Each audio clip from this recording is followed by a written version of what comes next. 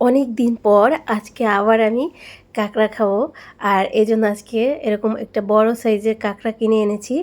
আর এই কাঁকড়াটা দেখুন, দেখতে অনেক সুন্দর। আর এটাকে আমি প্রথমে পানিতে অনেকক্ষণ রেখে ভালো করে ধুয়ে নিয়েছি।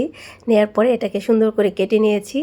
আর কাঁকড়া কীভাবে কাটতে হয় আর বেছে নিতে হয় তার একটা ভিডিও আমার ইউটিউব চ্যানেলে আছে, দেখে নিতে পারেন।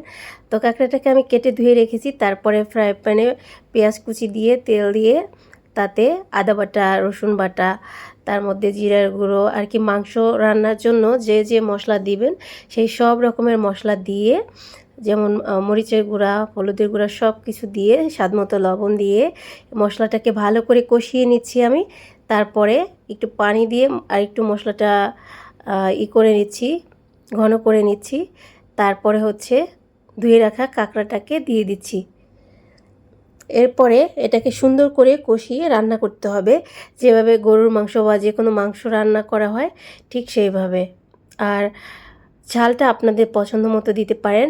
আমি একটু ঝাল পছন্দ করি কাঁকড়ায়, তবে অতটাও বেশি না, তাই আমি মোটামুটি হালকা একটু ঝাল দিয়েছি। এরপর এটাকে সুন্দর করে কষিয়ে রান্না করা হয়ে গেছে আমার। দেখুন দেখতে কতটা সুন্দর লাগছে, আর কালারটাও কিন্তু দারুণ হয়েছে। আর এটা দিয়ে ভাত অথবা রুটি যে কোনো কিছুই